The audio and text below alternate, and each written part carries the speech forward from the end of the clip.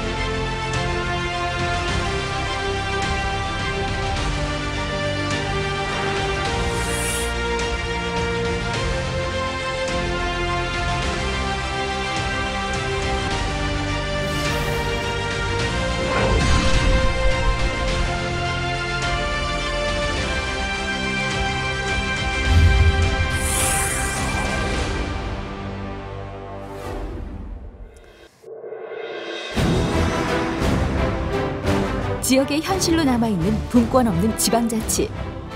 이제는 지역이 중앙으로부터 독립하고 분권의 해답을 찾아야 할 때입니다. 이제 우리가 이야기할 어떻게 지역을 살릴 것인가. 16개 지역 MBC가 공동으로 기획하고 강원, 충청, 경상, 전라 지역, 현지 녹화를 통해 우리 삶의 자치에 대해 짚어본 지역 독립선언. 지역과 지역을 넘어 대한민국의 삶은 우리 모두가 함께 기록해 나갈 지역 독립선언은 과연 어떤 모습일까요? 일부 학자분들이나 일부 대표들만의 일이 아닌 국민 전체의 일이라는 걸 국민들이 아실 수 있도록 확산되는 그런 계기가 됐으면 좋겠습니다. 이게 민주주의 지방자치, 주민자치를 통해서 행복해져야 될 그 당사자인 우리 시민들이 이런 토론에 적극적으로 참여하고 적극적으로 요구할 때 우리나라 국민들도 행복해진다고 봅니다. 생소한 주제인 것 같다라는 게 벌써 우리가 잘 이 지방자치와 지역 분권에 대해서 잘 모르고 있다는 얘기죠. 제목은 좀 거창합니다. 지역 독립선언이어서. 근데 지방자치제도가 시행된 지 벌써 20년이 흘렀다고 하는데도 의미를 잘 파악하지 못할 뿐만 아니라 왜 그동안 뿌리를 못 내렸는가, 그 진단을 좀 다시 해보고 그럼 어떻게 가야 할 것인가에 대한 전반적인 논의를 이전에는 한 번도 내놓고 고민해 본 적이 별로 없는 것 같아요. 그래서 이번 지역 독립선언이라는 대토론회를 통해서 모든 지역민뿐만 아니라 사실 이 문제는 대한민국의 앞날과도 관계된 문제이니까 함께 고민해 볼 수 있는 그런 시간이 될 것 같아서 저도 함께 참여하게 됐습니다. 지역 독립선언의 첫 발걸음이 지방자치의 상징도시 세종특별자치시에서 시작됐습니다. 진정한 지방자치와 분권은 무엇인가라는 주제로 관련 분야의 전문가들이 참여해 3시간 동안 열띤 분위기를 이어갔는데요. 스위스의 지자체 경우에는 행정 입법, 그 외에도 조세권까지 갖는다고 하죠. 근데 이국은 교수님께서 그런 말씀하신 적이 있더라고요. 입법권이 국가 단위에서만 행사되어야 한다는 것은 전체주의적인 생각이다. 예, 어떤 취지에서 그 말씀하셨습니까? 네. 자꾸 헌법 얘기를 하게 됩니다만은 우리나라는 지금 1948년도에 헌법 만든 이래 중앙 행정부의 장관이 만드는 행정명령에 그 각 지역에 민주적으로 선출된 의회가 만든 조례가 모순이 되면 조례가 무효가 되는 이런 체제를 취해오고 있습니다. 그러니까 이 교수님 말씀하신 대로 각 지역이 로컬 날리지에 기반해가지고 민주적으로 대표를 선출해서 정한 규칙이 있는데 그 규칙이 중앙에 있는 장관 한 사람의 생각과 반대가 되면 무효가 되는 체제를 만들고 있다는 거죠. 제가 볼 때는 제가 얼마 전에 이제 당진시에 한번 강의를 갔는데 당진시에 가니까 그 이제 당진시가 충남에서 이제 인구가 좀 늘어나고 있는 추세인데 그 슬로건이 뭐냐면 여성 친화 도시예요. 여성 친화 도시인데 근데 그 슬로건을 지정해 나가는데 굉장히 이제 말 그대로 풀뿌리 민주주의죠. 그러니까 밑에서부터 우리가 어떤 것을 우리의 장점으로 내세워야 되느냐라고 얘기를 하면서 그런 조금 굉장히 시대적 패러다임에 대해서 긍정적으로 이렇게 묘사를 하고 있더라고요.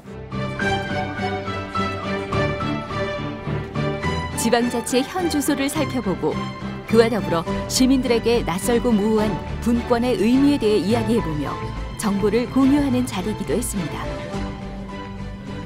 자치분권에 관한 정부 정책을 총괄 조정하는 그런 임무를 맡고 있는 저로서는 MBC 시청자분들과 함께 이런 소중한 기회를 갖게 된 것이 너무나 의미가 깊었다고 생각을 합니다. 특히 이번 세미나에서 다루어지는 것이 우리 사회 속에서 자치분권이 왜 태동하게 됐고 그 중요한 이유가 무엇이고 또 국민들이 인식하는 체감된 그런 목소리도 들을 수 있었고 또 특히나 외국 사례처럼 성공 사례들을 서로 얘기할 수 있는 기회를 갖게 되어서 굉장히 의미 있었다고 생각을 합니다. 중앙집권 체제 하에서는 지방이 지방 문제를 해결하지 못하도록 손발을 묶고 있습니다. 그래서 주민들과 지방정부가 주도해서 지방 문제를 해결하고 지방이 잘 살도록 하기 위해서는 이 지방의 손발을 묶고 있는 이거를 풀어줘야 됩니다. 그래서 지방의 문제를 지방이 주도해서 주민들이 해결할 수 있도록 하기 위해서 어떤 제도적인 개선이 필요하고 또 어떤 주민들의 의식이 필요한지 그런 부분이 집중적으로 토론돼야 되지 않을까 이렇게 생각합니다.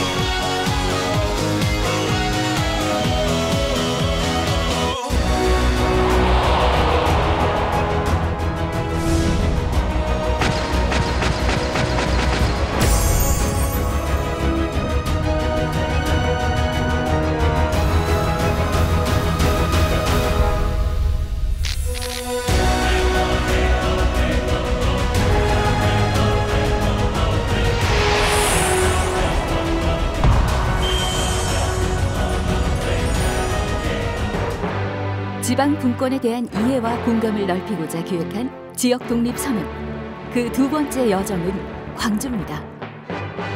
시민들의 삶과 직접적으로 닿아 있는 문화에 대한 주제로 토론의 막이 올랐는데요. 우리가 흔히 말하죠. 먹고 살기 바쁜데 문화, 공동체 살리기 이거 아직 와닿지 않는다. 이런 고민은 그 와닿지 않는다는 건 관심이 또 없어진다는 거기 때문에 참여도가 또 떨어질 것이다. 어떻게 생각하십니까? 어떤 분이 답변을 주실까요? 제가 전에 큐슈 관광추진기구에서 작년까지 근무를 했었는데요. 후쿠오카에서 있었어요.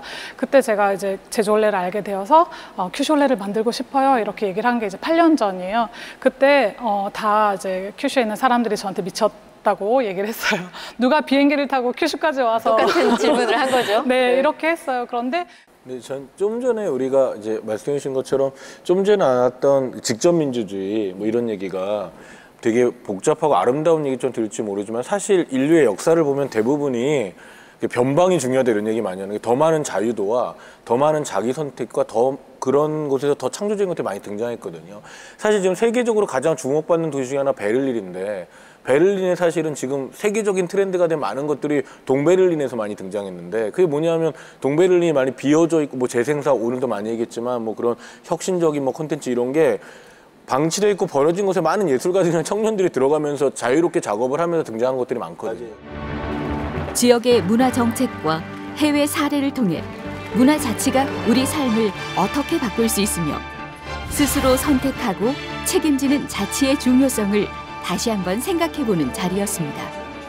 그러니까 분권이라고 하면 권력구도라는 연상이 바로 드니까 자꾸 이제 옛날 그 지방 수령들 중앙에서 내보내던 거 이제 알아서 뽑는다 여기까지 생각을 했던 거죠. 근데 정작 거기서 그러니까 각 지방 정부의 통치 구조가 아니라 거기서는 주민의 문제에 대한 생각이 더 심각하게 떠오른 거 아니에요.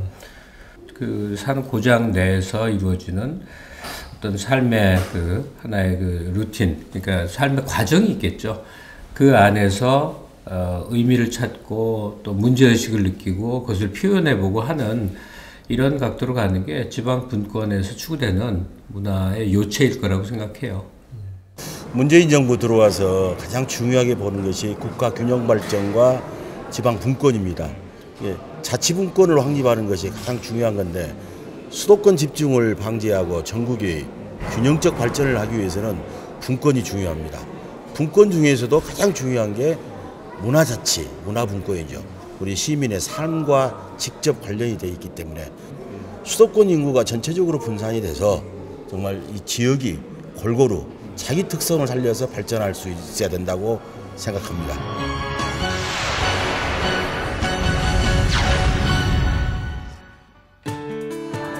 올바른 자치의 구조, 사실 단숨에 정답을 찾기란 쉬운 일이 아니죠. 그래서 우리는 우리보다 앞서서 지방 분권과 자치를 이뤄낸 유럽 선진국가의 사례를 들면서 우리에게 가장 이상적인 모델을 찾아갈 수 있었습니다. 먼저 주민자치의 살아있는 모델로 꼽히는 스위스입니다.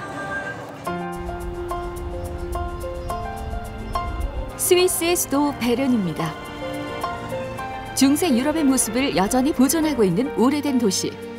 베른 구시가지엔 1902년에 지어진 스위스 연방의회 의사당이 자리하고 있는데요. 연방국가인 스위스의 탄생 역사를 이곳에서 확인할 수 있습니다.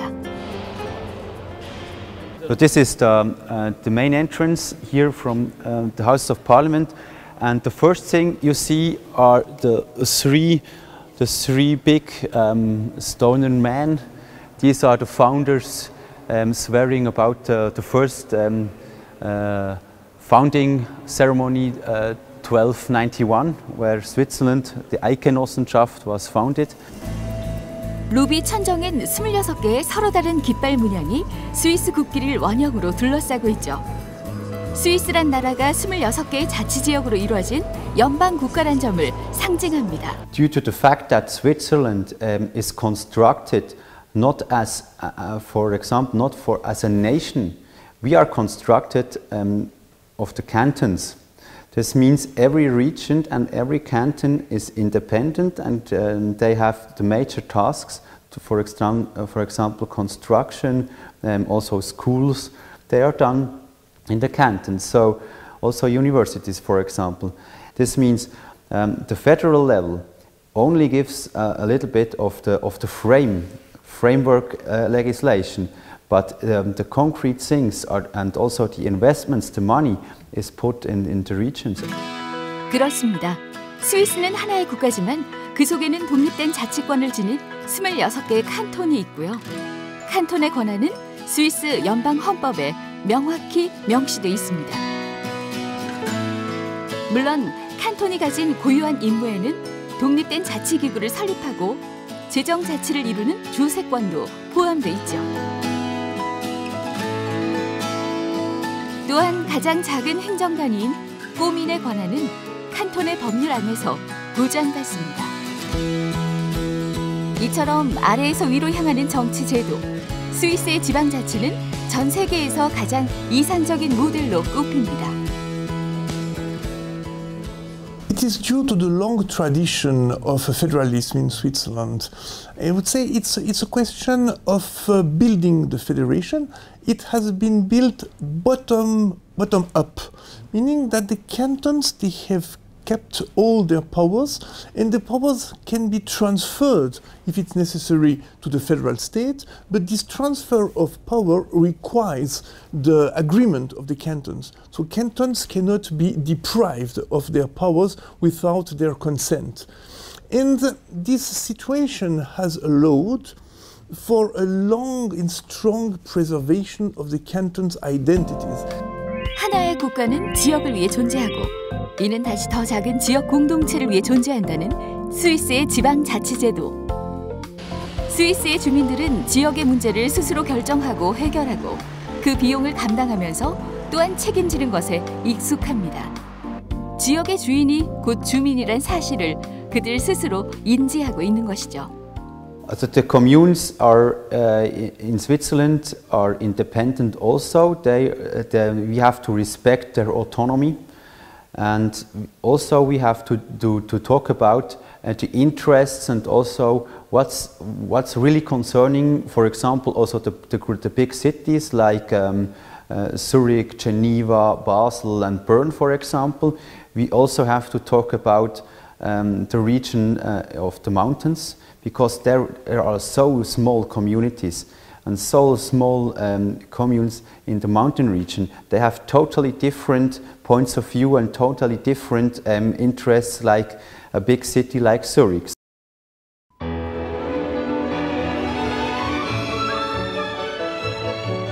스위스 중동부에 위치한 작은 도시 글라루스입니다. 인구 4만 명의 3개의 자치시를 가진 글라루스는 스위스의 26개 칸톤들 중 하나인데요. 세계에서 가장 완벽한 지방분권 국가로 꼽히는 스위스. 특히 이곳 글라루스엔 칸톤만의 자치권을 표현하는 특별한 제도가 있습니다. 3개의 자치시 중 주도인 글라루스시에 위치한 칸톤 의회입니다. 우리나라로 치면 광역단체인 도청과 같은 개념이라 할 수 있겠네요. Also herzlich willkommen da im Glarner Rathaus. Ich möchte Ihnen zunächst mal das Parlamentszimmer zeigen. Folgen Sie mir nach. Es ist gleich da. 스위스의 모든 칸톤들은 국가정부와 별개로 독립된 의회와 법원을 갖고 있습니다. 칸톤이 독자적으로 법률을 제정하고 입법을 하는데 중앙정부의 간섭을 받지 않는다는 거죠. 물론 여기엔 재정자치와 조세권도 포함됩니다. 이러한 칸톤의 자치 권한은 스위스 연방 헌법에 명확히 명시돼 있습니다. 글라루스도 독자적인 자치권을 보장받고 있죠. 그런데 이곳엔 주민 자치권을 표현하는 그들만의 특별한 투표 방식이 있습니다. Das ist mein persönlicher Stimmrechtsausweis. Das ist die Berechtigung, dass ich an der Landsgemeinde stimmen kann. Hier sind alle Daten, meine Daten, und hier ist dann die Traktandenliste von der Landsgemeinde ist hinten drauf. Und das bekommt jeder Bürger jedes Jahr neu. 그렇습니다. 이 용지는 1년에 한 번 글라루스에서 열리는 대대적인 주민총회, 란츠게마인데에 쓰이는 주민 투표권입니다. 여기엔 총회가 열리는 날짜와 그에 상정되는 안건들이 빼곡히 적혀 있는데요. 올해 안건은 새 임기의 주지사를 뽑는 선거가 있었고요. 사법부의 판사와 검사도 주민들의 의사결정으로 선출됐습니다. 그리고 헌법을 개정하고 새로운 법률을 제정하는 일, 거기다 세율을 조정하고 결정하는 것까지 칸톤 정부가 하는 주요 정책들이 바로 이 란츠게마인데를 통해 결정되는 겁니다. 란츠게마인데는 스위스 직접 민주주의를 표현하는 가장 오래되고도 단순한 투표 방식입니다. 1231년 칸톤 우리에서 처음 시작됐고요. 1387년부터 스위스의 대부분의 칸톤에서 이루어졌죠. 그러다 1848년 스위스 연방국가가 탄생하고 란츠게마인데는 8개의 칸톤에서 그 전통을 계속 이어갔습니다. 그러다 인구 증가와 효율성 등의 이유로 지금은 대부분 사라지고 글라루스와 아펜젤 이너로든 현재 두 곳의 칸톤에만 남아 있습니다.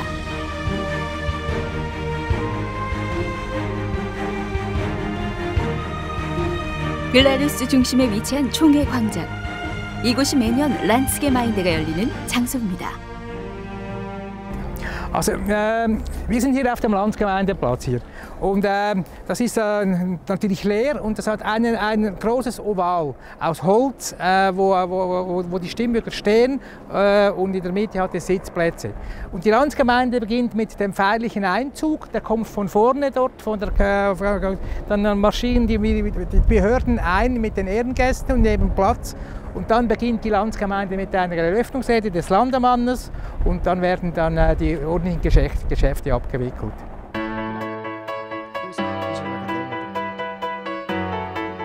글라루스에서 란츠게마인데는 해마다 열리는 정기 행사입니다. 마치 축제처럼 열리죠. 매년 5월 첫째 주 일요일 오전 9시 30분 글라루스 주민들은 광장으로 모입니다. 집집마다 배달된 투표권을 가지고 참가하죠. 물론 참가 여부는 자율입니다. 정해진 시간이 되면 주지사는 개회사를 통해 란츠게마인데의 시작을 알립니다. 그 후 몇몇의 시민들이 연단에 올라 그의 안건을 발표하는데요. 이들은 직접 안건을 만들고 상정한 시민 제안자들입니다.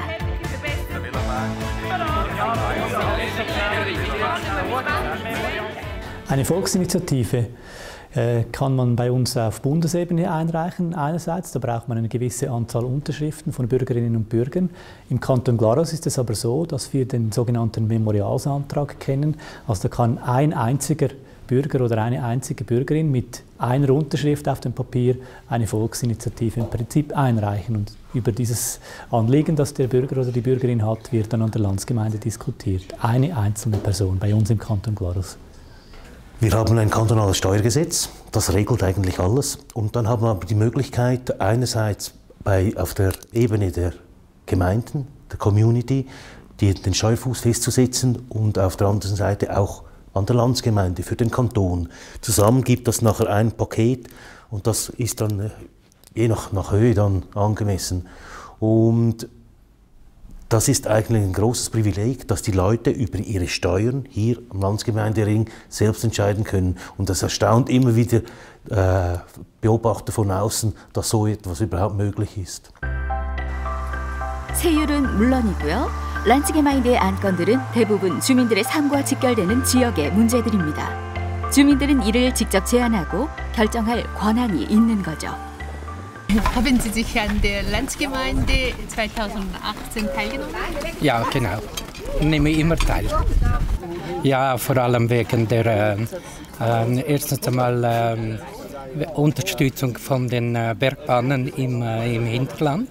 Man sieht ja das letzte Traktandum, wenn das letzte Traktandum ist immer das Spannende, da wird immer, ja, man setzt das letzte Traktandum, auch damit die Leute da bleiben und nicht am Anfang, sonst würden die Leute ja gehen und es wäre nicht so spannend. Nein, weil es sehr schönes Wetter war und meine Frau und ich hatten ein anderes Programm vor. Ja, was ich sehr spannend fand, da war ich aber noch relativ jung, war die Gemeindefusion, als wir von, ich weiß nicht mehr genau wie vielen Gemeinden, auf 3 Gemeinden zusammenschlossen. Das war ein sehr wichtiges. 현재 글라루스의 투표 연령은 만 16세 이상. 이 또한 지난 2007년에 열린 란츠게마인데에서 결정된 사안입니다. 전체 유권자의 약 20%가 해마다 참석하는데요. 광장에 모인 유권자들은 시민 제안자들이 발표한 안건을 주의 깊게 듣고 주민 대표들이 벌이는 찬반 토론을 지켜봅니다. 그 후 투표는 거수로 진행되는데요. 투표권을 직접 들어 찬반 의사결정을 하는 거죠. 헌데 문제는 이 수를 일일이 셀 수 없다는 겁니다. 그저 눈대중으로 파악합니다.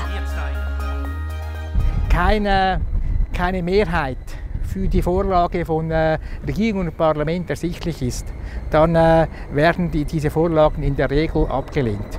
Die Grundregel ist, man konnte nicht genügend Leute davon überzeugen, von dieser Vorlage, und eben mit diesem Vorgehen schätzen plus mit dieser ungeschriebenen Regel hat man praktisch nie Diskussionen über die Entscheide der Landsgemeinde. 1848년 하나의 통일된 국가로 탄생할 때부터 스위스는 완벽히 지방자치를 지닌 나라였습니다. 150년이 흐른 지금도 스위스의 각 지역들은 국가가 넘볼 수 없는 독립된 자치권을 행사하고 있죠. 글라루스 칸톤에서는 란츠게마인데라는 주민총회를 통해 자치단체장을 선출하고 세율을 심의하고 지역의 문제와 정치 사안들을 주민들이 직접 제안하고 결정합니다. 칸톤이라는 지방자치 단위가 독립된 자치권을 보장받고 있기 때문에 가능한 일이죠. 국민이 주인이 되는 나라, 지역이 독자적으로 자치권을 가질 때 진정 이루어지는 것이 아닐까요? Föderalismus zu definieren, aus meiner Warte würde ich es so machen, dass die Staatsgewalt die Aufgaben erfüllt, die am nächsten beim Bürger ist. 스위스 북동부에 위치한 칸톤 슈리입니다. 도심을 오가는 트램과 열차, 버스 등 다양한 교통수단을 가진 슈리는 26개 칸톤 중에서도 인구가 가장 많은 스위스 제1의 도시입니다. 그리고 기원전 800년경 만들어진 슈리 호수는 에메랄드빛 맑은 물과 아름다운 풍광에 하루에도 수많은 시민들이 찾는 명소죠. 특히 호반을 따라 운항하는 증기선과 유람선은 슈리 관광객들에게도 인기인데요. 선박 티켓을 구입하기 위해선 선착장에 설치된 티켓 자판기를 이용할 수 있습니다.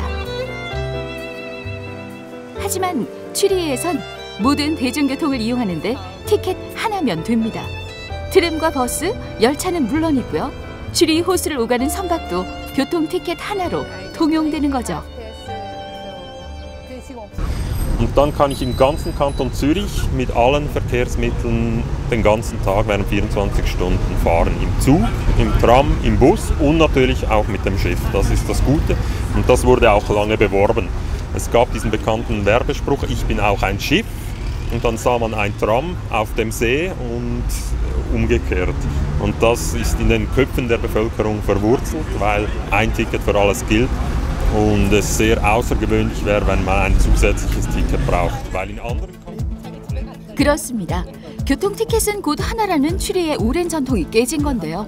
2016년 말 슈리 칸톤 의회에서 재정난을 이유로 선박 할증료를 부과한다는 정책을 내놓았죠. 슈리 시민들은 선박을 이용하기 위해서 교통티켓에 별도로 5프랑의 선박 할증 티켓을 하나 더 사야 했습니다. 이 정책은 곧 시민들의 반발을 불러왔고 정책을 반대하던 몇몇의 정부 의원들과 시민들이 모여 국민 발안제를 통해 법률 개정을 시도했습니다. 이러한 움직임은 지역 언론을 통해 슈리 시민들에게 낱낱이 전달됐고요. 6개월을 기약한 서명운동은 단 2개월여 만에 선박 할증료 폐지라는 목적을 이루게 됩니다.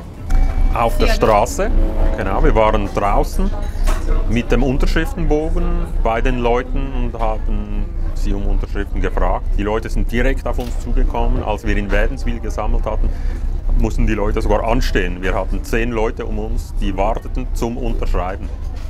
Und es sind verschiedene Leute, auch ältere Personen, auf uns zugekommen, haben Unterschriftenbogen geholt und die dann selbstständig ausfüllen lassen, also für die Initiative gesammelt in ihrer Region.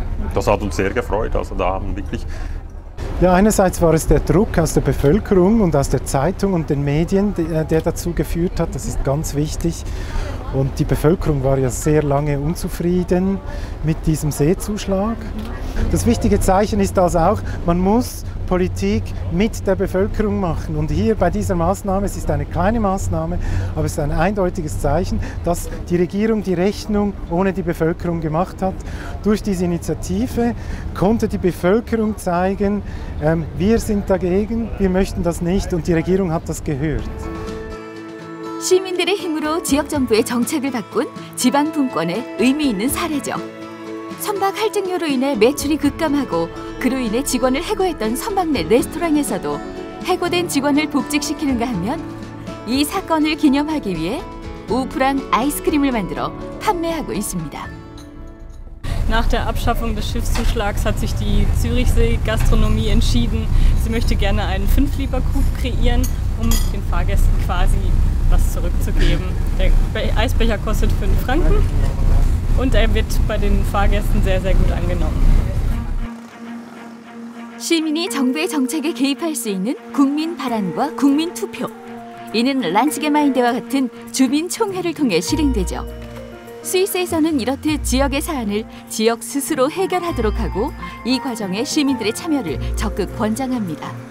이것이 바로 지방 분권이 만들어낸 올바른 지역 자치의 모습이 아닐까요? Die Volksinitiative hat für mich 2 Gründe. Wenn etwas nicht gut läuft, kann das Volk reagieren. Das Volk kann aber auch agieren, indem etwas verlangt wird, auf das die Politik reagieren muss. Es ist also ein gegenseitiger Druck. Und dadurch ist die Politik sehr sensibel, dass sie spürt, wenn das Volk etwas braucht, dann sollten wir darauf hören, sonst bekommen wir die Quittung bei der nächsten Wahl. Es ist natürlich ein sehr machtvolles Instrument, das jedem Schweizer, jeder Schweizerin hier in die Hände gelegt wird. Wir haben alle die Möglichkeit, am Leben, am gesellschaftlichen Leben etwas zu bewirken, politisch etwas zu bewirken. Manchmal muss man vielleicht sagen, weil man die Möglichkeit hat und es uns relativ gut geht, nehmen wir es zu wenig wahr. Wir schätzen es zu wenig in der Schweiz, dass wir wirklich sehr viel Macht haben als ganz normale Bevölkerung. Und was auch sehr wichtig ist für ein dezentrales System, ist die Bildung. Also es braucht eine politische Kultur, die in diesem dezentralen System auch funktioniert. Das heißt, es kann nicht nur durch eine Verfassung und durch Staatsformen kann dieses dezentrale System funktionieren, sondern es braucht eine Kultur, die den Kindern bereits mitgegeben wird, in den Klassen, im Schulunterricht. Und es braucht eine politische Diskussionskultur, die dieses dezentrale System ständig stützt. 알프스 융프라우로 가는 길목. 인구 만여 명이 채 되지 않는 작은 도시 스위스 인터라켄. 이곳엔 1912년에 문을 연 아주 특별한 공연장이 있다. 1차 세계대전과 2차 세계대전 당시를 제외하고 106년째 단 하나의 연극만을 무대에 올리고 있는 공연장이다. 연극의 주인공은 14세기 스위스 민주화 운동의 불꽃을 틔운 인물 빌헬름 텔이다.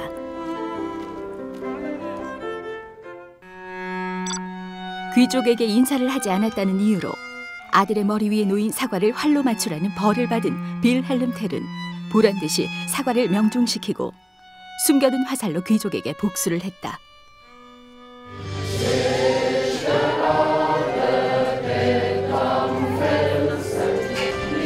이 사건은 스위스인들의 자유와 민주주의에 대한 열망에 불을 지폈고 스위스가 민주주의 국가로 발전할 수 있었던 결정적 계기가 됐다.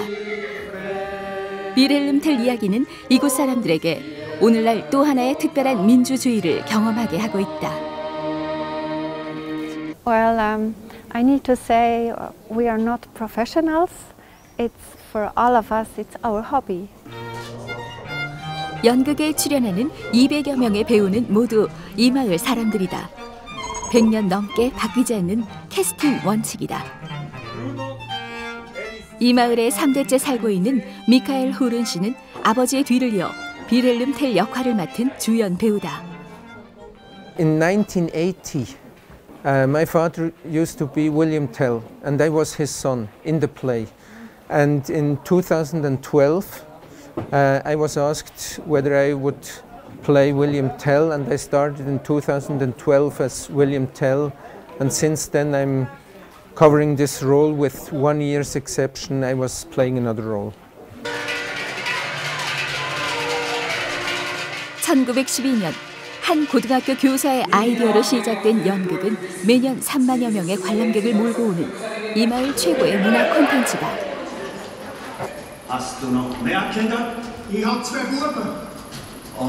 하지만 처음 연극을 만든 고등학교 교사를 기리는 표식은 마을 어디에도 없다.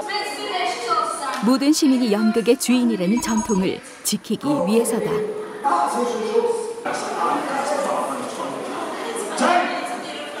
Freizeitaktivität anbietet, ist so organisiert, dass die Mitglieder im Verein sich einbringen dürfen und sie dürfen auch ihre Stimme abgeben, sie dürfen Leute in den Vorstand wählen und darüber befinden, was die Aktivitäten des Vereins sein sollen im Verlaufe des Jahres. Und deshalb denke ich schon, dass es Parallelen gibt, auch in unserem Verein zur direkten Demokratie der Schweiz. Das ist so, ja. Ich möchte 주연과 조연, 감독과 스텝 모두에게 동등한 한 표가 주어진다. 연극 운영에 관한 모든 원칙은 이곳의 배우들과 스텝, 나아가 마을 주민들 누구나 관여할 수 있다. 다른 사람에게 자신의 권리를 이임하지 않고 스스로 통치하는 직접 민주주의 시스템이다. 100년 넘게 흔들리지 않는 문화 공동체, 과연 우리에게도 가능한 미래일까?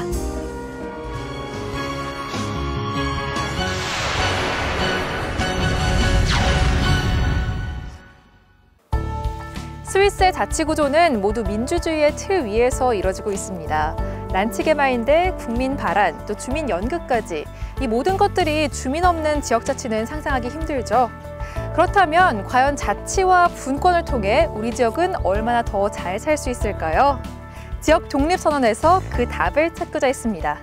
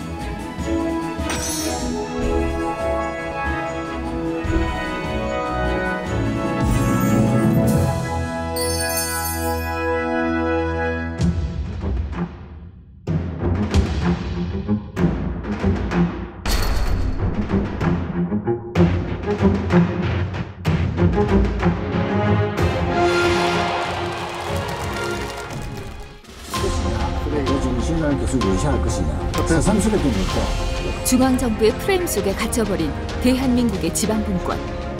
정치, 문화, 경제까지 수도권에 집중돼 있는 현실을 바꾸기 위한 지역 독립 선언의 노력이 부산에서 이어졌는데요. 지역도 수도권처럼 살기 좋은 곳이 되기 위해선 중앙정부가 지자체의 특성에 맞게 재정권을 적절히 양도해야 한다는 목소리가 높았습니다. 함부로크시의 지금의 어떤 발전의 이면에는 여러 가지 위기가 있었는데 이 위기를 보장된 지방분권, 보장된 재정분권, 또 항만의 소유권 이런 것이 시정부에 있었기 때문에 이런 위기를 극복할 수 있었다. 이 지방분권에 대한 많은 염려들이 이제 있는 것으로 압니다. 근데 지방분권이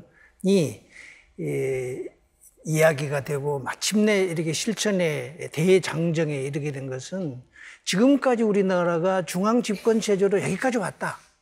그래서 성과도 냈다. 하지만 새로운 시대는 중앙집권으로 갈 수 없다. 중앙집권으로 정부가 여리 가라 저리 가라 해서 대기업 중심으로 해서 모방해가면서 할 수 없다. 이게 지방자치제라는 것을 갖다 우리가 잘못 생각하면 중앙에서 지방의 권력을 나눠준다라고 하는데 그런 권력의 양도 개념이 들어가야 되거든요. 근데 이런 권력은 양도 불가한 개념이죠. 왜냐하면 양도라는 권력은 우리 국민 혹은 시민으로부터 어떤 정부에게 양도되는 거지 하나의 정부가 다른 정부에게 양도하라는 거는 권력 분립 개념이 아니죠. 우리는 권력 분립이란 개념을 꼭 뭐로만 생각하냐면 입법, 사법, 행정으로만 생각을 해요. 근데 권력 분립은 두 가지 권력 분립 개념이 있는 거예요. 하나는 이건 다르게 표현하면 수평적 권력 분립이죠. 입사, 행으로 나누는 것은. 근데 이거는 수직적 권력 분립이에요. 중앙과 지방은. 하지만 이 수직이란 말이 붙었다고 해서 그것이 위아래 개념이 아닌 거예요. 똑같은 권력 분립의 개념이에요. 우리 시민이 권력을 중앙정부 혹은 지방정부에게 어떻게 양도하냐는 거죠. 이 권력은 지방정부에 양도하는 거고 이 권력은 중앙정부에 양도하는 거죠. 이게 어떻게 그런 나눠주고 이런 개념 자체는 굉장히 요새는 그런 표현 잘 쓰면 안 되는 표현이죠. 수평적 권력 분립 개념과 수직적 권력 분립 개념이 있다라고 고등학교 교과서에 써 있어요. 우리가 지난번에 놓친 그 개헌, 지방 주도가 되는 이런 개헌, 분권 주도 그런 개헌 같은 거는 굉장히 아쉬운 일이었다 이렇게 말씀드릴 수가 있습니다. 말 그대로 분권이었죠. 권한을 다 지방 정부에 집행할 수 있도록 지금 내려보낸다는 그 제 표현도 아주 입에 굳어 있지 않습니까? 내려보낸다 이런 표현이 지방이 스스로 주인이 아니라 중앙 정부에 예속된 그런 형태로 돌아가고 있는 것들. 그렇게 되면 당연히 애가 클 수가 없죠. 계속 간섭하고 너 이래라 저래라 너 이거밖에는 못해 이거 이상 하면 안 돼 여기 다 모든 예산을 내려보내지만 그 예산은 이런 용도로만 써야 돼 그리고 여기 꼬리표 다 달아놨으니까 너 이대로 해라 안 그러면 우리 감사한다 이런 식으로 내려왔을 때는 그거 절대로 그 성이 될 수가 없다는 게 그게 제 생각입니다.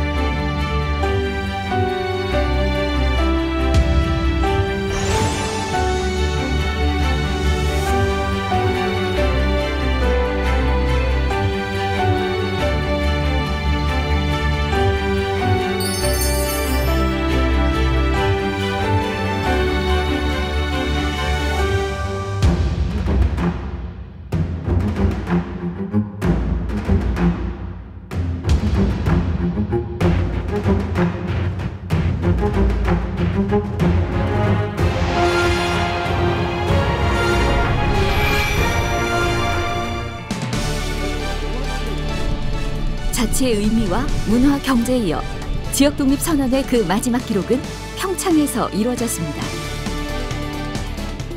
온전한 지방 분권을 이루지 못한 상황에서 국가의 백년대계인 교육 역시 지방 분권이 필요한 상황. 혹시 그 교육자치가 잘 시행되기 위해서 법적으로나 행정적으로 좀 뒷받침되어야 되는 그런 부분은 없을까요? 지방 분권이라고 하는 걸 굉장히 가속화하면서 또 그 학교 선생님들이 학교에서 교육 활동을 진행하는데 큰 걸림돌 중에 하나가 굉장히 많은 법들이거든요. 이 중앙정부가 정한 많은 법률이 학교의 교육 활동 왜곡하는 면이 많아서 그렇게 문화와 역량이 발전하면서 제도도 변경될 때 이 교육자치 확대의 흐름은 더욱 탄탄한 흐름이 될 수 있을 것 같습니다.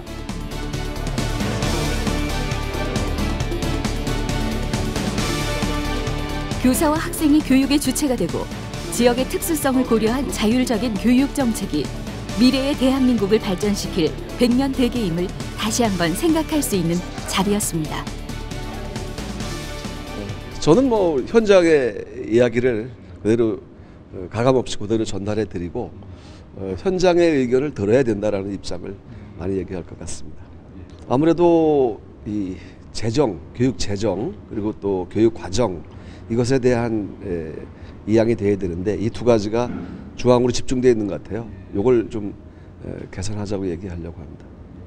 그러니까 이제 지방분권이라고 하는 것이 중앙정부가 가진 걸 지방자치단체에 그냥 넘기는 게 아니라 전면적으로 하방을 한다는 뜻이에요. 그래서 저 정부가 쥐고 있던 권한들을 이 교육 현장에 있는 학생 그리고 교사들 개개인이 가지게 해서 그들로부터 이제 창의성을 이끌어내자. 이게 이제 지방자치, 지방교육의 교육의 지방분권의 핵심적인 가치라고 볼 수 있는 거죠. 그러니까 4차 산업혁명 때문에 이제 창의적 인재 필요하다는 얘기는 다들 하잖아요. 그러면 창의적 인재는 어떻게 만들어지죠? 그 학생과 교사 개개인에게 자유를 줄 때 창의적 인재가 만들어지는 거란 말이에요. 무엇을 어떻게 가르칠지, 또 무엇을 배울지를 결정할 수 있는 권한과 자유를 교육 현장으로 줘야 되는 거죠. 그러니까 결국 중앙정부가 가진 것을 지자체가 가진 것을 학교와 교사, 학생에게 전면적으로 하방하는 과정이 필요한 거죠.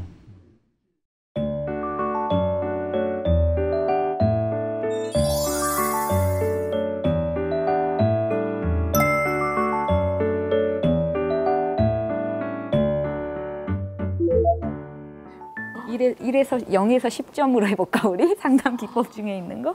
잘 줘야 1.2점이겠죠. 1.2점.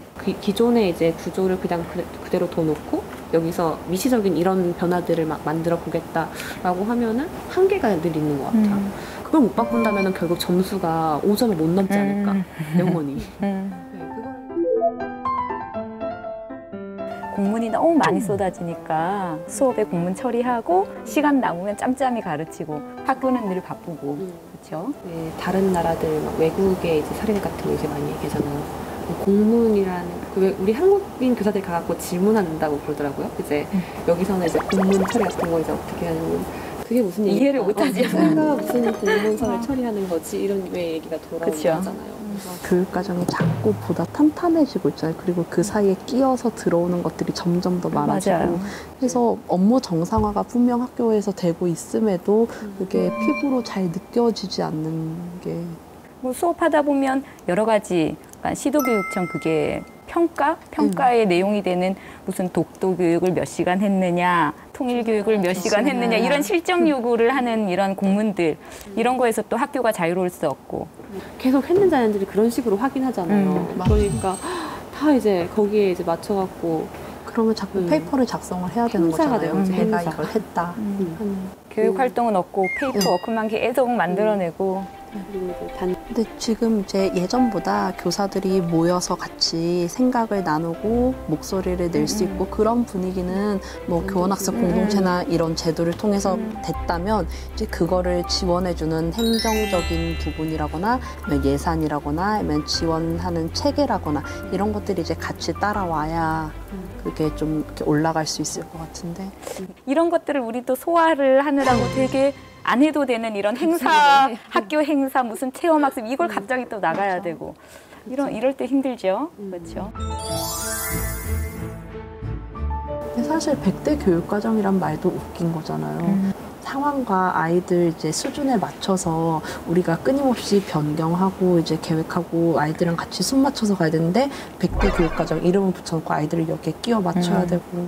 뭐 교육과정 재구성 그런 쪽으로 교사의 전문성을 발휘를 해라라는 주문은 계속 들어오는데 교사가 현장에서 무언가를 만들어내는 창조자의 입장이 아니라 위에서부터 차근차근 내려오는 거를 집행하는 가장 말단에 있는 그런 사람이 되어버린 이런 느낌?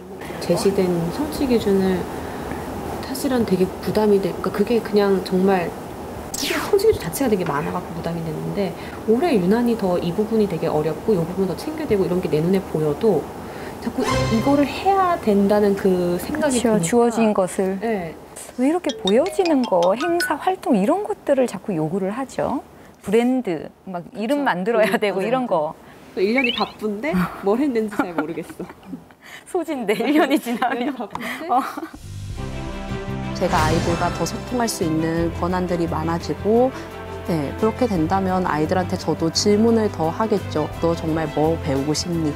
그러면 저도 아이들의 이야기를 이제 듣는 전문가로 성장할 수 있는 것 같아요.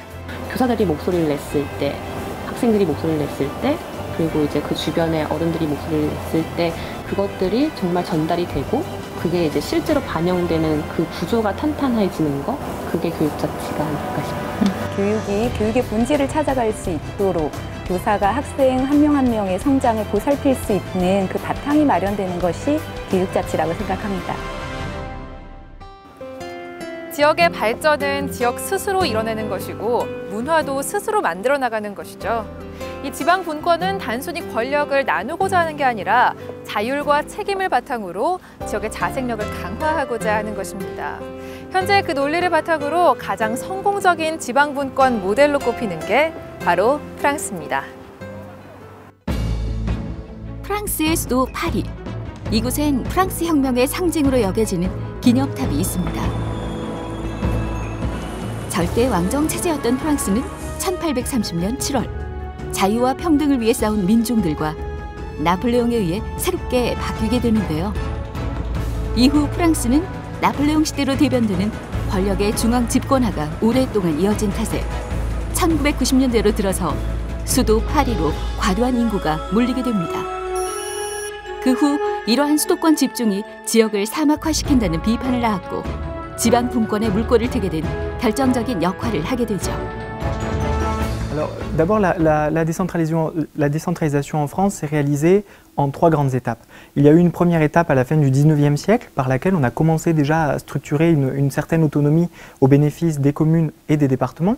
Puis en 1982, il y a eu un grand acte législatif qui est venu consolider cet effort d'autonomisation en donnant beaucoup plus de marge de manœuvre aux communes et aux départements et en créant la collectivité territoriale qui est la région.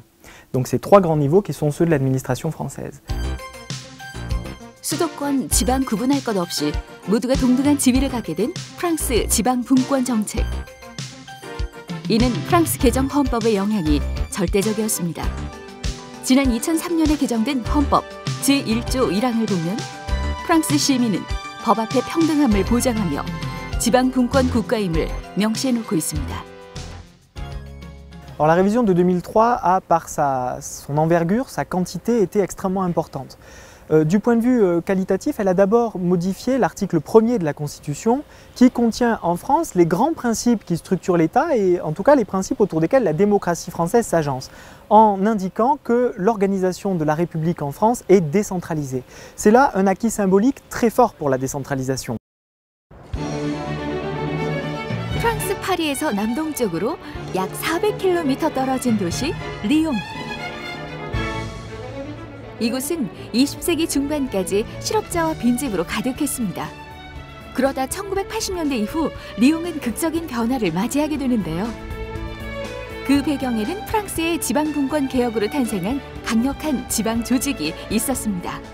En premier lieu, en 1983. Ensuite, ce que nous vivons, nous, ce sont les activités déjà décentralisées. Mais il nous faut organiser ces activités décentralisées. Ça veut dire qu'il y a un double phénomène, c'est qu'il faut continuer à les décentraliser jusque dans les communes, mais il faut aussi en même temps regrouper des activités, parce qu'il vaut mieux qu'elles soient toutes ensemble quand on s'occupe des voiries. 그렇게 2010년 메트로폴이라는 조직 체계가 구축됐고 경제 개발부터 주거 정책, 상하수 관리까지 지역의 다양한 문제를 중앙 정부로부터 일임받아 처리하고 있습니다. Mais c'est toujours la vague de décentraliser et de se rapprocher des territoires et de se rapprocher des régions, des métropoles et des communes. Donc ça, c'est un vaste mouvement. Alors à l'intérieur de ça, ça permet de faire émerger des grands projets, hein, des grandes infrastructures. À Lyon, il y a Confluence, mais il y a aussi l'aménagement des berges du Rhône. Il y a les créations des pôles d'excellence, qui sont des pôles de compétitivité, dans les milieux de la pharmacie, dans le milieu de la microélectronique, dans le milieu du numérique ou du digital. 리옹의 콩플리앙스는 과거 프랑스 실크 산업의 중심지였습니다. 하지만 19세기 산업혁명 이후 도시를 떠받치던 실크 산업이 몰락하자 실업자와 빈집이 늘어나기 시작했는데요. 더는 내버려 둘 수 없었던 리옹이 해결의 동력으로 삼은 건 바로 지방 분권. Le changement de statut, notamment le passage en métropole, nous a donné plus de capacité, plus de visibilité aussi, ça c'est un point important, parce qu'on est le seul territoire en France à bénéficier de ce statut particulier. Il n'y en a pas d'autres sur d'autres territoires en France. 지방 분권의 힘으로 자체적으로 개발과 재생을 추진할 수 있게 된 리옹은 자신들의 비전을 담은 개발 기본 계획을 마련했습니다. 이후 슬럼가의 이미지를 없애는 노력 끝에 콩플리앙스는 유네스코 창조 도시에 선정됐는데요. 더 나아가 민간 기업과 합작한 도심 정비 회사를 만들어 주민을 위한 공간과 녹지를 만들었습니다. Alors maintenant, sur votre question pour les activités, pour les différentes missions de cette métropole, d'abord il faut retenir un point très important. Cette métropole a été créée pour une priorité qui est l'économie et l'emploi. C'est la priorité. C'est le développement économique d'un ensemble et avec l'emploi. C'est déterminant. 지방 분권을 통해 강력한 조직을 만든 리옹은 2000년대 초반부터 지역을 대표할 경쟁 거점 산업을 육성하기 시작했습니다. 리옹 바이오폴이라는 혁신 지구를 만들어 기업과 연구기관, 대학을 대거 유치한 건데요. 그 결과 사노피 파스테르와 같은 세계적인 제약회사들이 리옹에 본사를 두게 됐습니다. CTI 바이오텍도 회사를 런던에서 리옹으로 이전했는데요. 기업 입장에서 리옹 바이오폴은 어떤 장점을 가진 곳일까요?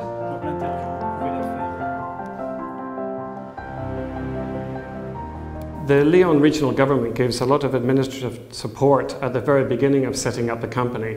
From a tax perspective, it's also extremely exciting for a young company to develop. The Lyon government advised us where we should set up, how to find a building. They advised us how to find good staff. And they introduced us to all the legal regulations, the tax regulations, and this was really fantastic.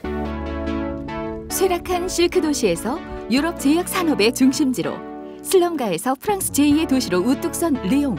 도시 전체를 뒤바꾼 힘은 지역의 문제는 지역이 가장 잘 해결할 수 있다는 그 믿음에서 시작됐습니다.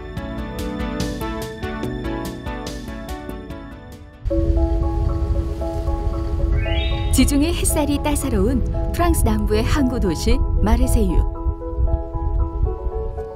30여 년 전 이곳은 버려진 땅이었다. 200년 넘게 이곳 경제의 가장 큰 버팀목이었던 대규모 담배 공장이 제조업의 위기를 견디지 못해 그만 문을 닫고 말았다.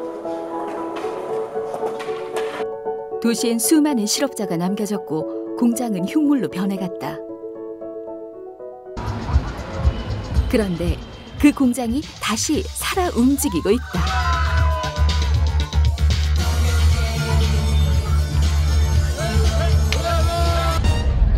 매일 아침 7시부터 밤 11시까지 누구에게나 열려있는 문으로 연간 120만 명에 달하는 사람들이 오고 간다.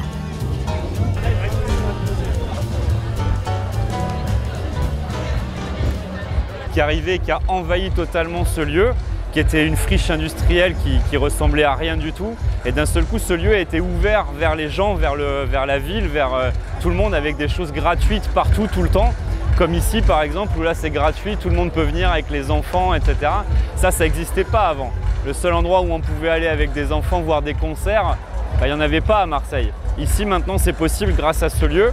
Et comme vous voyez, on est sous le ciel, il fait beau, on est tous en t-shirt, tout le monde sourit. Et donc, d'un seul coup, c'est génial. 버려진 공장에 가난한 예술가들이 스며들기 시작한 뒤부터였다. 음악과 미술, 각종 퍼포먼스 작가들이 이곳을 작업 공간이자 전시 공간으로 활용했고 헤어는 이 도시의 가장 거대한 창작 공간이 됐다. 이제 이곳에선 매년 600회 이상의 문화 행사가 펼쳐지고 180개국의 국제 교류 프로젝트가 진행된다.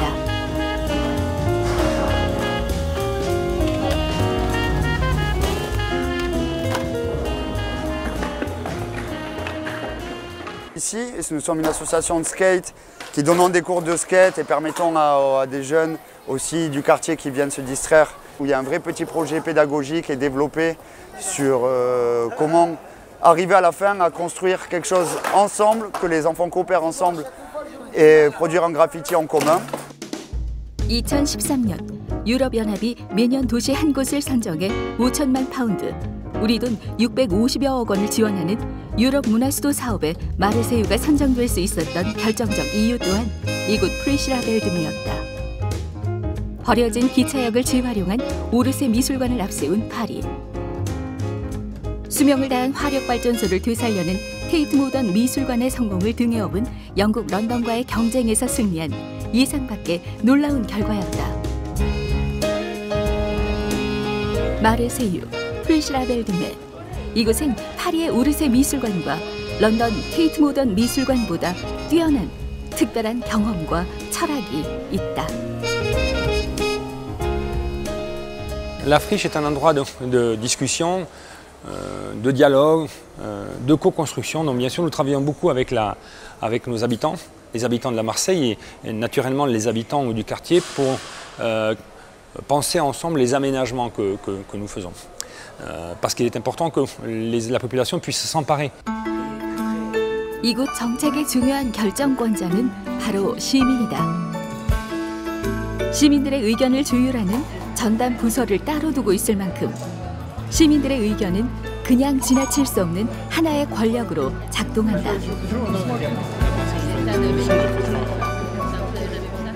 Donc, lorsque en 1990 nous commençons cette aventure, c'est bien la ville, c'est bien le politique, c'est bien l'élu, c'est bien celui qui a été désigné par les citoyens qui prend cette initiative.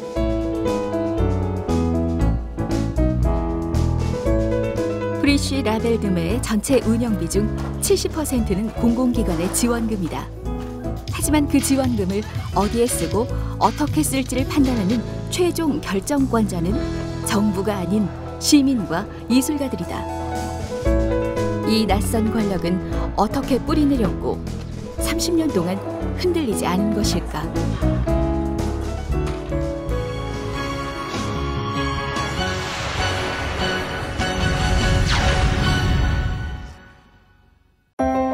지역의 문제는 지역이 가장 잘 해결할 수 있다. 프랑스가 지방분권 개헌을 하면서 내건 이 하나의 슬로건 안에 프랑스 지방분권 개헌의 의미와 이유가 모두 잘 담겨 있습니다. 아주 오래전부터 지역의 문제를 스스로 해결하고 또 경제 자립까지 이끈 완벽한 지방분권 모델을 갖춘 나라가 있는데요. 유럽 최대 경제 강국 독일입니다. 인구 170만여 명의 독일 함부르크. 이 지역은 독일 전체에서 1인당 주민소득 1위를 자랑하는 부자 도시인데요. 그 비결은 바로 함부르크항에 있습니다. 항만 생산량이 지역 내 생산의 13.5%를 차지할 정도로 항만은 함부르크의 핵심 산업인데요. 독일 최대의 무역항으로서 북유럽뿐만 아니라 동유럽 여러 국가의 환적항으로도 이용되고 있어 명실상부한 유럽의 관문이라 불립니다. 이렇게 함부르크항이 지역을 넘어 유럽을 대표하는 항만이 된 배경으로 항만 자치를 꼽을 수 있습니다. 지방 정부가 항만을 소유하고 관리하는 거죠. Gemäß Grundgesetz ist in Deutschland die Zuständigkeit für Häfen bei den Ländern. Das bedeutet, dass die Länder zuständig sind einerseits für Hafenstrategie, dann sind die Länder zuständig für Gesetzgebung, ein Teil davon. Dann sind die Länder zuständig für die Hafenentwicklung, für die Finanzierung der Häfen, für Management der Häfen und die Länder übernehmen den Großteil der hoheitlichen Aufgaben in den Häfen. Federal State Government sozusagen, die sind zuständig nicht für Management und Hafenpolitik. 함부르크항은 항만의 주체인 시정부와 200여 개의 회사가 상호 협력하는 이른바 민관협조체제라는 독특한 체제를 갖추고 있습니다. 항만의 소유주이자 주체인 시정부와 민간기업이 역할을 나눠 항만을 운영하는 건데요. 여기서 중요한 점은 시정부의 항만 운영이나 정책에 있어 연방정부가 간섭하는 일이 없다는 겁니다.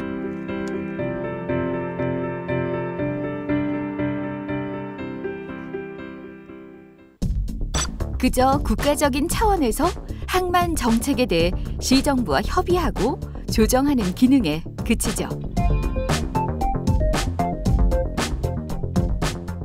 Ein Vorteil ist sicherlich das Thema Hafenentwicklung. Hafenentwicklung ist sehr eng verknüpft mit Hafeninvestitionen. Da tritt der Bund an seine Grenzen, da er selber nicht als Hafenbesitzer, also er hat keine Ländereien, auf denen Häfen liegen, oder zumindest keine kommerziellen Häfen und auch nicht als Terminal Operator auftritt. Das bedeutet, dass in puncto Hafeninvestitionen die Kompetenz für Entwicklung und auch für Erweiterung von Häfen ganz klar bei den Ländern liegt. 독일은 주정부별로 자치 재정권을 행사하는 동시에 수평적 지방 조정 제도를 적극적으로 활용해 지역별 균형 발전을 이루고 있는데요. 부유한 주정부가 가난한 주정부의 재정을 지원해 지방 정부 간 재정력 격차를 줄이는 거죠. Im deutschen Grundgesetz gibt es eine Vorschrift, in der es dort heißt, dass die Steuern so verteilt werden müssen, dass sie für gleichwertige Lebensverhältnisse in allen Regionen Deutschlands sorgen. Es soll also nicht nur in Hamburg, ein reiches Bundesland, und Bayern, auch ein sehr reiches Bundesland, aber in anderen Ländern, Ostdeutschland, wenn man sich das anguckt hier, die Länder alle, die sind alle vergleichsweise arm, und um diese Unterschiede auszugleichen zwischen arm und reich, geben die reichen Länder im sogenannten Länderfinanzausgleich Geld an die armen Länder ab. 휴일이 되면 나들이를 즐기는 사람들로 붐비는 함부르크의 항구 하펜시티. 이곳은 19세기 중반 독일 최초의 현대식 부두로 문을 열어 한때는 창고와 물류시설, 원자재 야적장으로 가득했습니다. 하지만 1980년대에 들어서면서 재래부두가 새로운 물류 시스템을 따라가지 못했고 점차 도시도 활력을 잃어갔는데요. 차가워진 도시에 다시 활기를 불어넣은 건 하펜시티 개발 계획. 함부르크시의 독자적인 항만 재개발이 쇠퇴한 재래부두를 기업부터 교육시설, 문화시설까지 총집합한 신도시로 변신시킨 겁니다. Und für die Hafen City, die ca. 100 Hektar insgesamt umfasst, an Landflächen, zusätzlich kommen die Wasserflächen dazu, haben wir insgesamt, ich glaube, 15 dieser Pläne gemacht und haben dann auch in dem Zusammenhang 15 Mal mit den Bürgern diskutiert. aber auch der Masterplan, der im Jahr 2000 beschlossen wurde, wurde im Jahr 2010 nochmal konkretisiert und überarbeitet und den neuen Rahmenbedingungen angepasst. Und über diese Planung haben wir auch in zahlreichen Veranstaltungen in dem Informationszentrum im Kesselhaus mit der Öffentlichkeit diskutiert. Und es finden eigentlich kontinuierlich Einzelveranstaltungen zu Projekten statt. Jeder Wettbewerb wird dort im Kesselhaus ausgestellt und man kann sich dazu äußern. 함부르크 시민들로부터 가장 사랑받는 공간은 하펜시티의 랜드마크, 엘브 필하모니입니다. 엘브 필하모니는 카카오와 커피를 보관하던 창고를 개조해 만든 음악당으로 1년 내내 음악 연주회가 끊이지 않는데요. 기존 건물을 활용해 하펜시티의 과거와 미래를 잇는 중요한 장소이기도 합니다. Erst in Prague sind Sie schon mal in der Elbphilharmonie? Ja, ich war schon mal da, das war letzten Winter. Also jetzt, wo ich da war, muss ich sagen, sie ist sehr schön. Die Elbphilharmonie gebaut wurde, gab es sehr viel Kritik und es war auch wirklich ein kontroverses Thema, aber ich glaube jetzt, wo es fertig ist, ist es schon insgesamt eher eine positive Aufnahme, ist mein Eindruck. Gute Stadt ist das Stichwort. Es muss lebenswert sein, es muss für Bewohner, aber auch Besucher und eigentlich auch für jeden Hamburger muss es halt eine lebenswerte Stadt sein. Und da kommt es eben auf die Qualität an und nicht auf das, was Hamburg damit verdient. Dementsprechend sind wir als Unternehmen dafür zuständig, dass diese gesamte Entwicklung qualitativ hochwertig vonstatten geht, dass die Grundstücke verkauft werden, aber dass wir eben halt auch sicherstellen, dass die Investoren und die Bauherren auch gute Stadt bauen. Und dementsprechend haben wir starke Eingriffsmöglichkeiten und steuern den gesamten Prozess. 함부르크 같은 경우에는 시 정부가 돈이 있든 없든 제일 중요한 것은 그 도시에 사는 인력들, 도시에 사는 전문인들을 100배 수용을 하고 그분들의 의견을 오랫동안 듣고 그 다음에 다른 플랜을 짜고 있습니다. 중요한 거는 그렇다고 해서 그 도시에 있는 건축가들을 쓰는 것이 아니라 도시에 있는 전문가들과 도시에 있는 와이즈맨들의 의견을 충분히 취합하고 나서 나중에는 경쟁 상태로 들어갑니다. 그러니까 하펜시티 프로젝트도 함부르크에 있는 건축가 회사가 그 선정이 된 것이 아니라 키스 재단이라고 네덜란드 재단에서 네덜란드 건축가에서 됐거든요. 그래서 그 사전 작업을 우리 한국보다는 훨씬 더 오랫동안 하는 것 같습니다. 시들어가던 재래부두가 신도시로 변하기까지 그 중심에는 책임감을 가지고 정책을 만들어 나가는 지방 정부와 주체로서 자신의 목소리를 내는 시민들이 있었습니다. 위기를 기회로 바꾼 원동력은 바로 여기에 있지 않을까요? 독일은 16개의 주로 이루어진 연방 국가입니다. 1989년 통일을 이룬 독일은 각주의 교육 제도를 정비하고 주별로 독자적인 학교법을 만들었습니다. 교육에 관한 입법과 행정의 권한을 모두 주정부에 두고 연방정부는 특별 정책이나 한시적인 프로그램에만 관여토록 권한을 제한하고 있죠. 6살에 초등학교를 입학해 약 10년 이상의 의무 교육을 받는 독일. 이곳 김나지움은 초등학교를 졸업 후 진학하는 중등 교육기관인데요. 우리나라로 치면 인문계 고등학교, 대학 진학을 목표로 하죠. 김나지움을 포함한 모든 학교는 주의회에서 정한 학교법을 따르지만 학교들은 또 저마다의 자치권을 인정받고 있습니다. Also wir haben den Schulverein Carolinum e.V., in dem sind Lehrer, Eltern, Schüler, ehemalige Schüler, viele Studenten und dieser Schulverein hat einen Vorstand. Alle arbeiten ehrenamtlich in diesem Vorstand. Unser Schulleiter, Herr Tesch, gehört auch dem Vorstand an. Und dieser Schulverein unterstützt viele Projekte, wie zum Beispiel unser Projekt Catering Carolinum, Space Camp, unser Lego-Team, das ja schon sehr erfolgreich war, und auch Projekte, die von jüngeren Schülern immer mal wieder eingereicht werden und die eben ein bisschen Geld benötigen. 학교 자체적으로 재정 운용은 물론 교육 내용에서도 자유로운데요. Hallo, ich bin Moritz und ich bin Teamcoach im Lego Team Caro Aces. 의무 교육 기관에 해당하는 독일의 초중등학교는 대부분 국공립으로 무상 교육입니다. 학비는 물론 교재비도 거의 들지 않죠. 모든 국민이 평생 동안 공평한 교육의 기회를 갖도록 하는 것이 교육 목표인 독일. 이에 따라 학생들은 기본적인 교과목 외에도 인성, 직업, 정치에 대한 다양한 교육의 기회를 모두 학교에서 제공받습니다. Teamwork zu leben und die viele Chancen, die man dadurch auch bekommt, ist wirklich überdurchschnittlich. Also durch dieses Projekt habe ich meinen Studiumsplatz bekommen, durch dieses Projekt habe ich ganz viele andere neue Sachen kennengelernt und 독일에선 국민 누구나 개인의 기호와 능력에 따라 교육과 직업을 자유롭게 선택할 권리를 가집니다. 학생들은 교내에서 이루어지는 다양한 경험과 기회를 통해 미래를 스스로 개척하고 만들어가죠.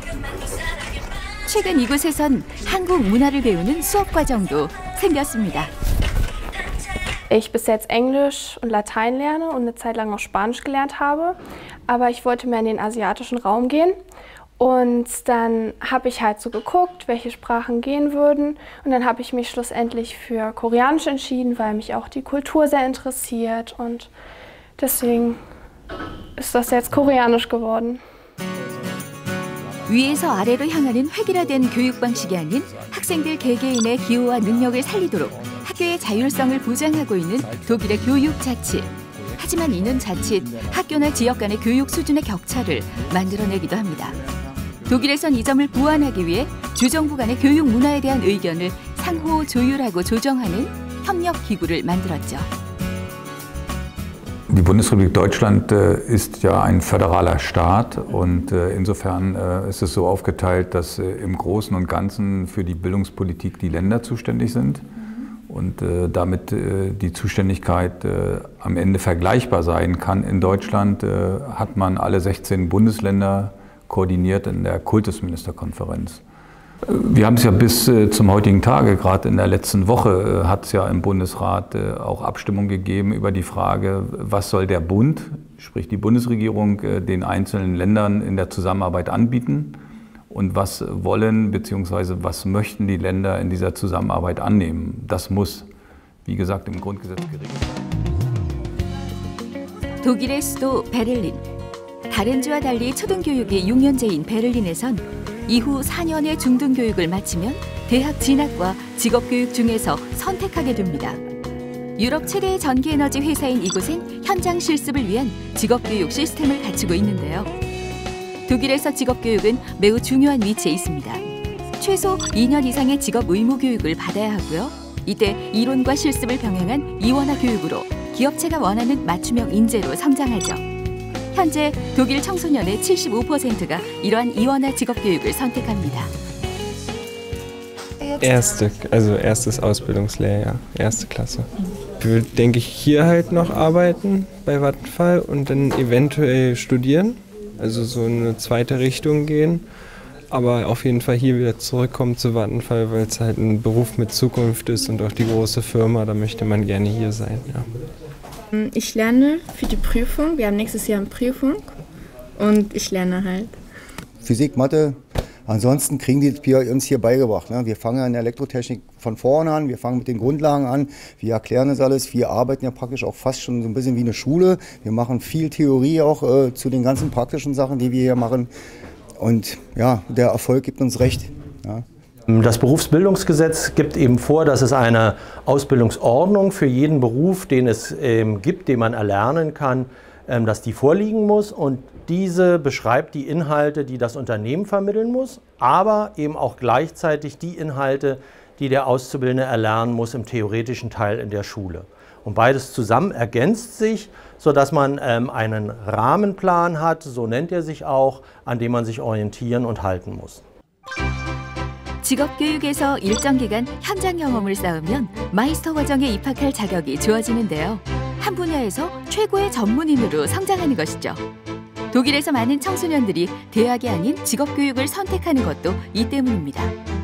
주별로 상이한 교육법에 따라 다소 복잡하게 연결돼 있는 독일의 교육제도.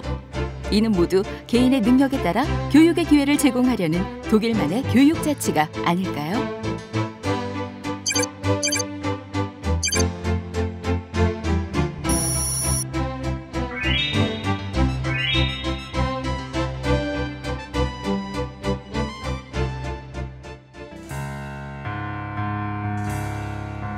인구 15만 명의 작은 도시에 독일에서 가장 오래된 대학교가 있는 하이델베르크.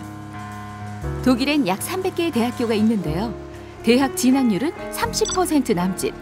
대학 입학을 위해 무한 경쟁과 입시 전쟁을 치르지도 않습니다. 그럼에도 600년 이상의 전통을 자랑하는 우수한 대학들이 지역 곳곳에 분포돼 있죠. 이는 독자적인 학칙과 교육 방침으로 대학의 자율성을 강조한 교육 자치에 그 의미가 있습니다. Also im Großen und Ganzen sind die Universitäten ziemlich frei in ihren Entscheidungen, aber natürlich dadurch, dass die größte Anzahl der Universitäten in Deutschland staatliche Universitäten sind, kommen die Gesetze vom Staat. Also das Landeshochschulrecht regelt die meisten Abläufe und Verfahren und Prozesse, die in der Universität ablaufen. Und dieses Landeshochschulrecht wird vom Landesparlament entschieden. Das heißt, wir orientieren uns schon an diesen staatlichen Vorgaben, die aber ein hohes Maß an Autonomie gewährleisten, zum Beispiel auch die Freiheit von Forschung und Lehre, die den Universitäten zugesichert ist. 경쟁 없는 대학 입시에 대학 간의 서열 또한 중요치 않는 독일. 그저 전공 분야별로 유명한 학과 정도가 있을 뿐이죠. 독일에서의 대학 자치 교육은 속빈 강정 같은 대학의 명성보다 독자적인 연구와 교육의 질을 높이는 데 집중합니다.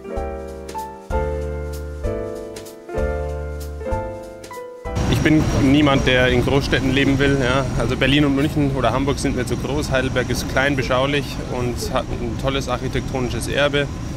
Ist Gott sei Dank vom Krieg verschont geblieben und deswegen habe ich mich für Heidelberg entschieden. 한국은 이제 중앙 집권화된 교육이 이제 굉장히 당연시되고 있는 상황이지만 여기에서는 오히려 지방 분권화되고 지역에 맞는 교육과정, 지역에 맞는 교과서 그걸로 아이들이 배우는 것이 오히려 당연한 그런 상황이라고 생각합니다.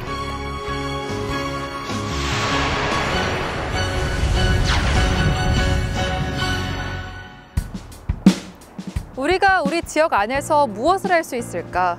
우리가 스스로 선택할 수 있는 그 자유, 그 근본적인 권리를 찾는 것부터가 진정한 지방분권의 시작이 아닐까요? 16개 지역 MBC 공동기획 지역 독립선언. 지역의 생존과 국가의 발전을 위한 지역의 독립을 응원합니다.